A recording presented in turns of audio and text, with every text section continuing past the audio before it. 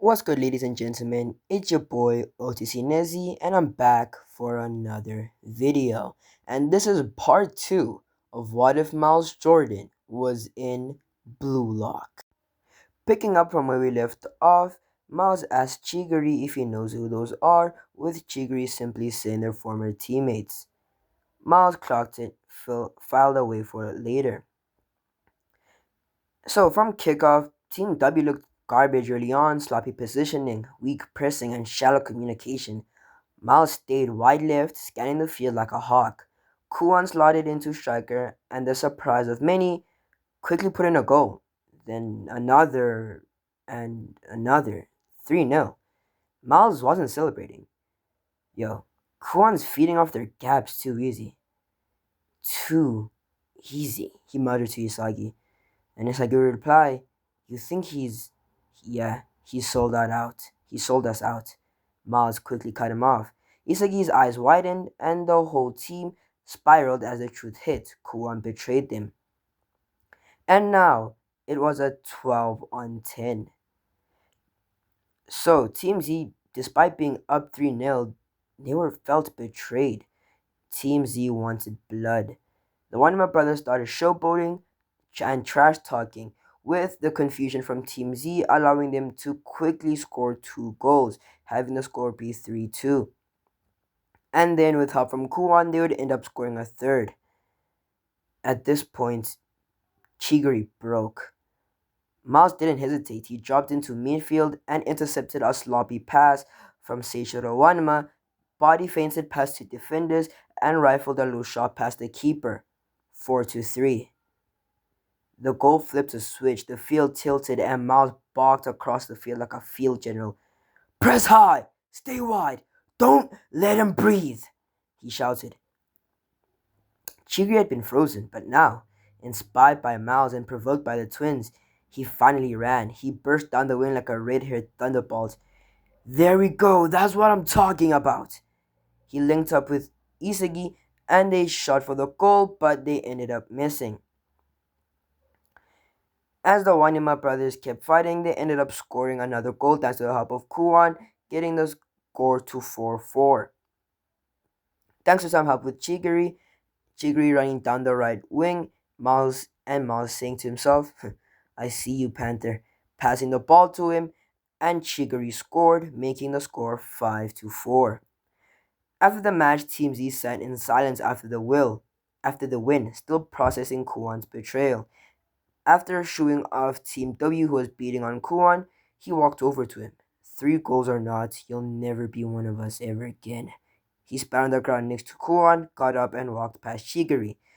Don't let them bury you. Don't let them bury your past. You ran today. Heck, you flew, Chigiri. And he walked away. Chigiri didn't respond, but for the first time in a while, he smiled. And then it was time for the match against Team V. So, in the match against Team V, it goes pretty much the same as in canon. We still get the cafeteria scene with Isagi telling Nagi not to disrespect soccer and hitting one of the coldest poses of all time with the rest of Team Z there with him. So the game against Team V goes basically the exact same as in canon, not really too much to cover, so let's just skip ahead and move on to the second selection. Ego's face appears on a massive screen with him explaining how the second selection work. The rules are simple: one stage, score 100 goals. And it gets progressively harder, and just to be extra tricky, there's a time limit. And the first person to go in, none other than Rin Itsushi. Silent, cold, and confident. He disappears into the next room like a ghost. And Asagi follows soon after, and Miles, his eyes light up. This is his zone. Inside the chamber, the machine fires ball after ball at random directions. For most players, it's a trial of endurance. For Miles, it's target practice. He finishes in only 15 minutes. And when he exits, he's surprised. He's the third person. Surprised to have finished so quickly, like behind those, below him. Like, he's surprised to be finished quicker than Bachira and Isagi. And waiting in the room with him is Rin and Aryu. Aryu steps forward, hand outstretched, glamorous as ever. You're fabulous. Join us. And Miles would respond, I appreciate it, but if I'm with the two best, how am I supposed to grow? I'ma beat you both, eventually. So he declines. Right then, Tokumitsu walks in, just having cleared his challenge, with Aryu peer pressuring him hard, and Tokumitsu Caves agreeing to join them. Miles watches it all play out, then looks straight at Rin. You're Sai's little brother, right? Rin turns away disgusted, so that's a yes. I'm gonna slay you, and then right after, I'm gonna slay Sai. With Rin replying, with half-baked skill like yours, not a chance. With Miles grinning from ear to ear, replying, then I can't wait to prove it. He turns and walks away. As he waits for more players to finish the challenges, familiar faces begin to arrive. Nagi, Reo, Bachara, and then finally, Isagi. Seeing Isagi again lights a fire in Miles, he's the one player besides Rin who truly pushes him. Then there's Bachara, his close friend since the first selection. Before Nagi can even walk up, Miles walks up and asks him, You got room for one more? Bachara, being as excited as ever, Yes, yes, yes! Isagi, please say yes! Isagi hesitates. Two people with amazing spatial awareness on the same team. It's risky, but after remembering what Miles was capable of, especially in the Team V game, he nods, saying, We'll make it work. And just like that, the new team forms Bachara, Miles, and Isagi. As they step forward to the next stage of the second selection, Miles glances back one last time. He's not here to survive, he's here to conquer. So after Isagi agrees to let Miles join, Nagi watches from afar, and basically all his motivation dwindles after seeing Isagi and Miles team up, so he just decides to team up with Reo. After that, Isagi's team is deciding on who to pick, with Miles instantly saying that they should challenge Rin's team. Isagi is a bit hesitant, but after seeing the fire in Miles' eyes and the smile on Bachira's face, of course he says yes. Immediately, we see a massive shift. Miles has now way more competent teammates, obviously Bachira and Isagi. Just as in canon, Rin lets Isagi score the first goal just to gauge how strong his opponents actually even are. And Miles isn't so quick to celebrate as Isagi and Bachira were. He suspects something is off. Rin kicks off and Miles charges towards him, but before he can, Rin lets off his halfway shot and ends up equalizing it. It's 1-1. Miles was ecstatic. Seeing Rin taking a moment of hesitation from within him, and Miles better understands the type of player Rin is. Not to mention his shooting weapon, which can only be described as a much more accurate and out of reach shot in comparison to Miles' own. However, Rin, just like in the original, makes a mockery of Isagi's abilities, but Miles was there to cover the spots Isagi couldn't when facing Rin. Aryu in this match was less of an overall threat because Miles matched him in terms of physicality. He wasn't as proficient in using his length comparatively as Rin. Fucking hell, man. As Aryu was much taller, so he wouldn't be able to match him in terms of length. But he wouldn't lose the ball so easily as he could simply use his own length to make Aryu struggle to steal the ball from him, which actually led to both Bachara and Miles scoring a goal. But you likely know how this will go by now.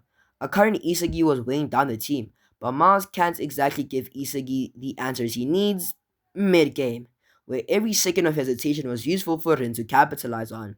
Even if Rin didn't score another halfway line goal, the mere opportunity of him being able to do so was enough to never give Miles' team a fraction of wiggle room, which overall led to the game ending at 3-5 in favor of Rin's team. And just like the original, the value of Bachara's passes cannot be overlooked, so obviously they choose him, which sadly ends up sending Miles and Isagi back to stage 1. They stand in the same room, alone. Miles got annoyed when Isagi started drowning in self-sorrow, so he responded in kind to Isagi's doubt. You call yourself a striker? Wallowing in your own sorrow when we have the chance to get better and challenge them again. Then we can get Bajra back. But you choose to sit here and sulk. You're pitiful. So what makes you think you have the room to talk regarding how I choose to handle my loss? You're the one who chose me, not the other way around. Isagi responded. Miles didn't flinch. Instead, he fired back. Because to me, you were different. I saw you on the first day of Blue Lock. You were the first one to run to the doors of opportunity. The player you currently showing to be is a hollow, shallow, pitiful image of of the you I saw, he didn't think twice about what he is and what he wanted to be. If this is the type of player you are, I don't think I want to team with you anymore. Isagi seemingly resonated with that response, admitting to his lack of effectiveness without a path to defeat him the opportunity of winning. So the next aim was to find Isagi a one-on-one weapon, and luckily for Isagi, that answer can easily be provided by Miles. Due to Miles' more experienced spatial awareness usage, he also noticed how predictable Isagi's intentions were because of how he used his eyes. When confronted with that habit, Isagi thought back to what Rin had said, and this being that what Rin had meant when he said, pick up whatever Isagi plans to be. So it made much more sense why and how he was being tracked at every turn. Also, it concludes that his first goal that he got was merely a demonstration to conclude that Isagi was half-baked. And considering Miles' additive experience and being one of the top players currently, he can give Isagi insights on off-the-ball movements. So what happens now that Isagi has one-on-one solution without having to play against Baru and Norahaya? Well, let me remind you, there was more than just one change with Miles being Isagi's new teammates. Introducing the duo who just lost their last game, Shiro Ryusei and Igaguri. Yes, this does happen because while training and helping Miles perfect his off the ball movements, they ended up having to wait a bit longer. Isagi and Igaguri, of course, recognized each other as well as Miles as they were all on the same team, but what definitely stood out was that Igaguri ended up on a team with Shiro, which admittedly on first got a bit on Miles' nerves as he tried to cave Igaguri's head in. As Miles didn't really have a problem with Shiro trying to kill Igaguri, more so him doing it despite being so far above Igaguri, as Miles doesn't like the strong picking on the weak. However, though, what was intriguing was that Shiro was actually a good player, according to Igaguri. Even when Igaguri was 3 ranks ahead of Shiro, Shiro was in fact the main goal scorer of their team. But their team lost due to Shiro attacking the opposing team and getting a red card. You imagine how this goes. The pairs do end up challenging each other and for the chance of getting a player of value, whilst both Isagi and Igaguri just fight to survive. But unlike Isagi in the original, he was putting his movement weapon into practice at the start of the game. He was getting much better as the match went on. Shiro, as you all know, is a fantastic goal scorer and is provided opportunities thanks to Igaguri's fouling weapon. But to cut this short, Miles and Isagi were actually getting on the same page. Shiro couldn't get around his disadvantage in physicality when up against Miles, which disrupted his goal scoring opportunities. But overall, the match was pretty close, and the final goal was actually decided through Miles having to stop Shiro from getting to Isagi, who got past Igaguri and his foul play to score his direct shot, ending the game at 5-4. So that does mean this. Shiro selected for the team and Igaguri has been eliminated from Blue Lock. So now we're back to 3v3s. And as recently shown to us as the recent episode of the episode Nagi manga chapter, Corona has a confirmed team. So of course, Mars' team end up challenging Corona's team. But just pretend that it's a 3v3. Cause yeah. Taking this Taking the route of Cheeto's original team throughout this match, Corona is gained as a teammate. And yes, Corona is still highly ranked at number 5, one lower because Maz is ranked at number 3. As you can see, there are some drastic changes from the original story. Isagi literally has none of his original teammates, and this time around actually eliminated Igaguri instead of Norahaya. I guess my boy has to go back to working at the temple. Tough times. But the end goal was always to be the same for Miles and Isagi. They wanted a rematch against Rin, as Isagi wanted to win Bachira back. But Shiro in particular was thrilled because this was finally his chance to challenge Blue Lock's top dog. But before we get into that, if you're enjoying the story so far, make sure to like, comment, and hit that subscribe button down below. You don't want to miss what happens next. Alright, let's get into the match. Kickoff begins. Bachira starts with the ball, weaving past defenders with ease. But eventually, Isagi reads the pass, intercepts, and cuts them off. Isagi is acting as the anchor of this team, but the one who's actually shaping the rhythm, Corona. With fast turns, side dribbling, and quick releases, Corona is the one creating chances. He throws a sharp ball to Shiro, who's already made it into the box, but is being marked by Tokimitsu. Now, where Shido can't outmuscle the muscle freak, he can outwit him. In a flash of brilliance, Shido lands an unpredictable bicycle kick. Goal. 1-0. Even Rin looks slightly rattled. This wasn't going to be a casual stomp, he realizes. If he doesn't log in, they could lose. So Rin activates Plan B. He starts leveraging his teammates' strengths, getting closer and closer to the goal with surgical passes. But this time, when Rin fires, Isagi is right there perfectly timed. Only he fails.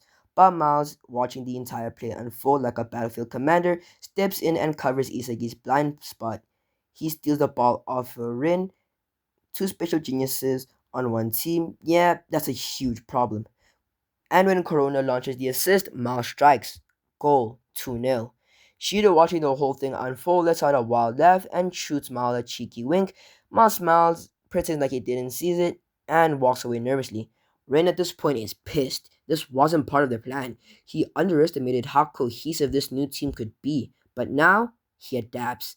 It's time for Ren to go full tactician, target the team's weak spots, break the chain. And that starts with how he uses his team. Rin wasn't just playing a match anymore, he was pulling strings.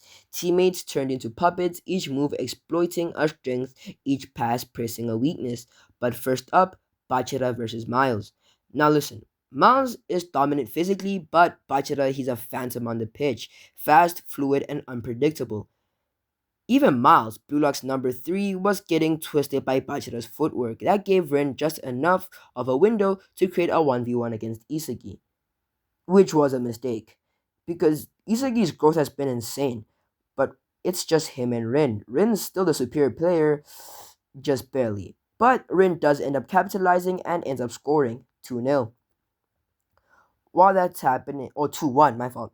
While that's happening, Corona's dealing with Tokumitsu and his freakish body, and Shido, he's now matched with Aryu, a defender that's ranked above even Miles. That's gonna be a problem. Aryu clamps Shido. Shido can move freely, and when Bachara sends Aryu the ball, Aryu ends up finishing 2-2.